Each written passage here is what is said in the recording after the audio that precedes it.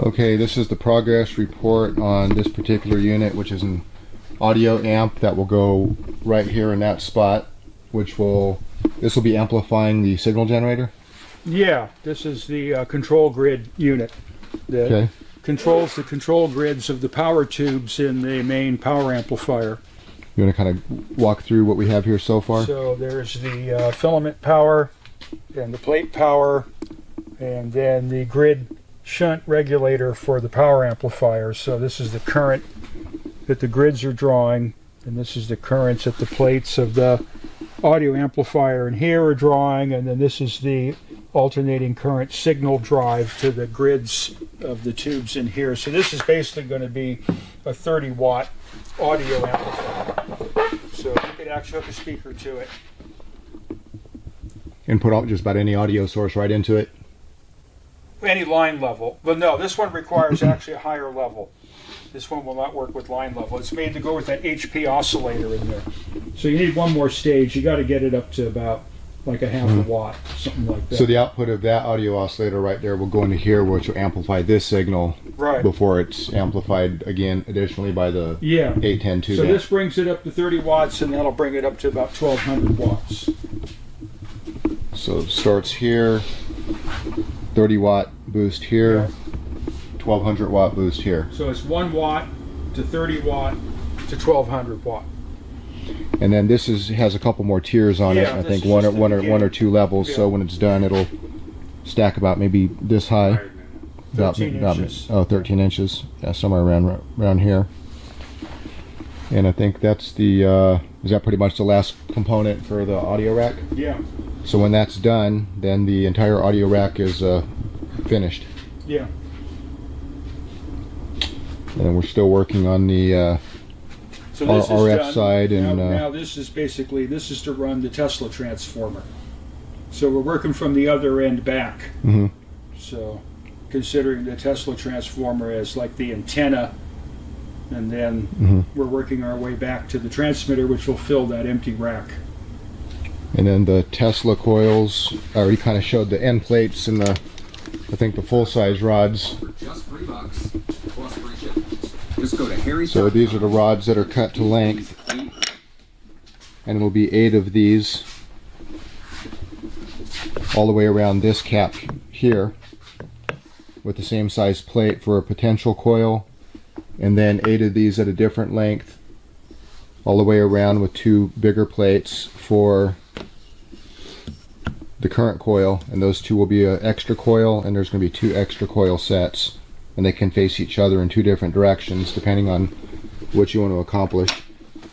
And so threading these is not going to be practical, right? So they're going to... No, I did this one here.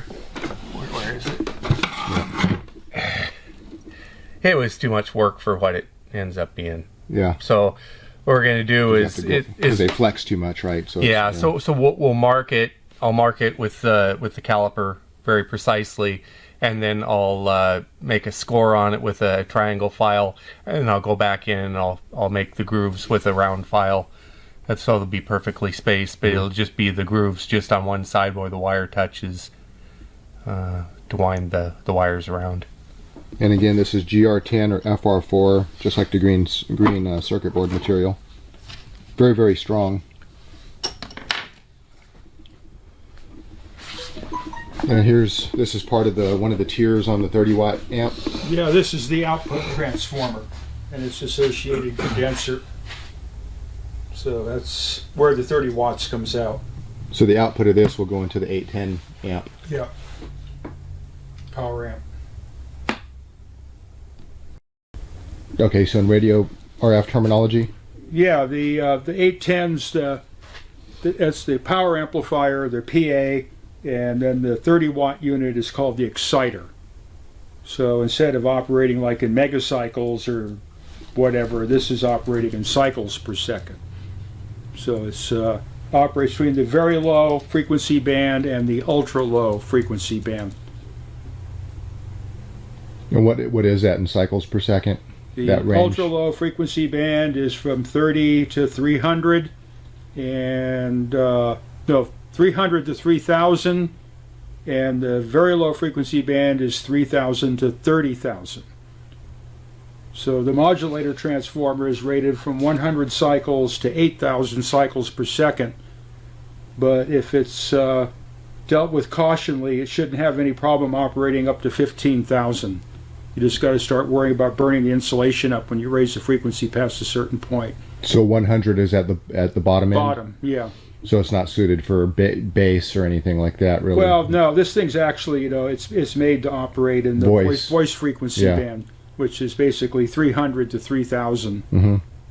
So any type of like high-speed electrostatic motor, or some kind of polarization or music for the the discharge on the transformer, all that, it'll operate in the voice frequency band. Mm-hmm.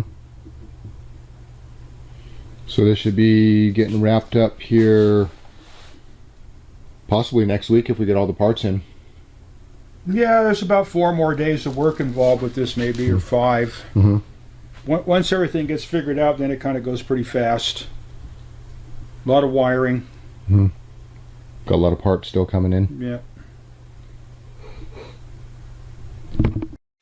This is Aaron Murakami with eMediaPress.com, and we're here in Spokane, Washington with Eric Dollard. His website is ericpdollard.com, and we're working on this project where we have the audio rack here. This is a heater warming up, or basically heating up that transformer down there. We got the empty RF rack, and we just are in the process of laying out where everything is going to go. By the time you see this, I'll already have put out some videos where you see a little flame speaker kind of coming here. That's not how it's going to be presented in a demonstration. That's just to make sure that the Collins transmitter is working. And what we have here is an identical rack, which I got from a neighbor across the street several years back. And on this particular one, we have we're just kind of laying out the height of each panel. Like this would be a 10.5 inch panel, 5 1/4, and so forth. And so starting at the bottom, we have a filter choke. That's this unit right here, and there'll be some bridge rectifiers to go in here. There's 3 different capacitors. These 2 are Plastic Capacitor Company capacitors. This one is the Tesla company. I think over in the Czech Republic, maybe, is where those are made. And this is, what is the radar choke? Modulation choke. Radar modulation choke. And these 4 components are going to be sitting on a 1/4 inch thick aluminum plate that's going to be screwed down to the base here. So this will be elevated up about 3 inches or so. So it's level with this, or 1/4 inch above. And this will be mounted on a panel. And then we have the high voltage patch panel, where a lot of stuff will be plugging into. Then a power control unit, the Collins transmitter that you see right here.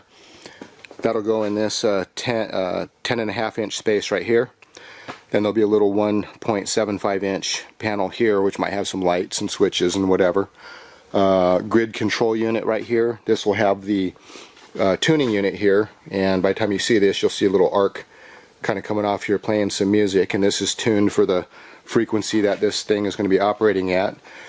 Then directly above it will be a power amplifier, and it'll be like an equivalent to this 810 tube unit here, which is a 1200 volt or 1200 watt audio amp. It'll be a radio one using, what kind of tubes are they? 4-250s. 4-250 iMac tubes. Yeah. And then we'll have a tuning unit up here, which will have some of these blue coils back here, which are these open wire kind of inductors. They'll have little crank handles on there to tune them. They'll go into the top, and so that's the next project we're working on. Is we'll get all the panels and everything. Do you want to kind of explain the inner working of how all these kind of tie together and how the audio rack feeds into it? Or yeah, I think that's kind of abstract right now, but that's the overall layout. so let's hold this here for a few seconds so everybody can kind of see the layout. And it's pretty much, this is to scale. And this will be operating in about the 3.5 megahertz range. Somewhere around 3 to 3.5, somewhere around there. We'll see. I'm expecting it'll be probably about 3.3 And that's what this is tuned is It's about kind of arbitrary right now, but that's kind of where I'm expecting it to land, somewhere around that spot. 3.467. We won't know until the Tesla transformer's done. And Basically, it's designed for around 3.3, but those things don't necessarily design so easy. so to 3.3. Okay, so here's a current coil right now, and then there'll be a matching, which again, by the time you see this, you'll already see the other videos of where these plates and everything are cut out. So these holes are put in here now for these to be kind of press fit, but enough to where they can be turned.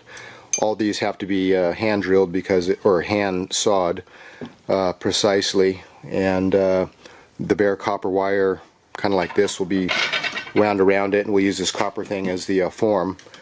And it needs to be just like slightly smaller than this so that there's some tension on there. So the rest of these rods need to be sawed. They'll be put in.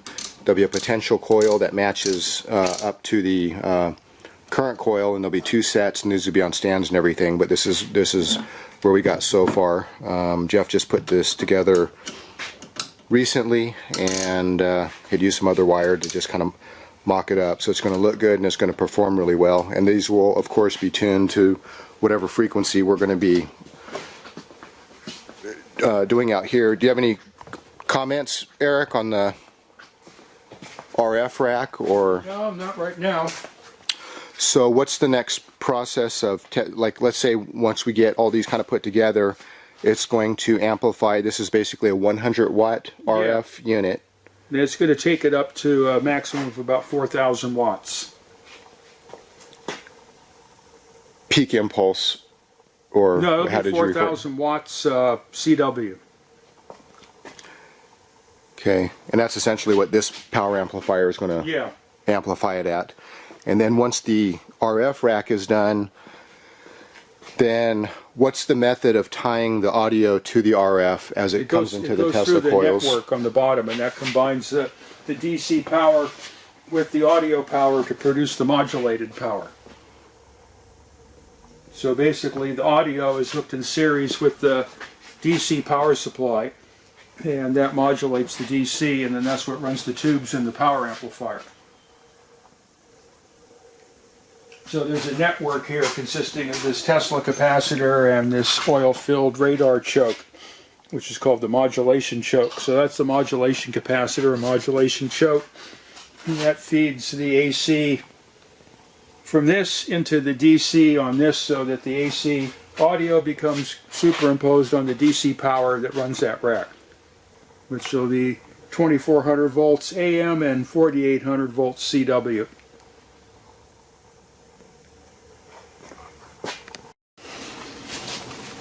So this is how we're winding the 8-gauge wire for the current transformer around this aluminum form. And so this is slightly smaller diameter than what the winding is going to be, to give just a slight bit of tension. Right. This 8-gauge wire's obviously pretty stiff, and so it's hard to wind, so we need the leverage of the stick and the chuck there to wind it around.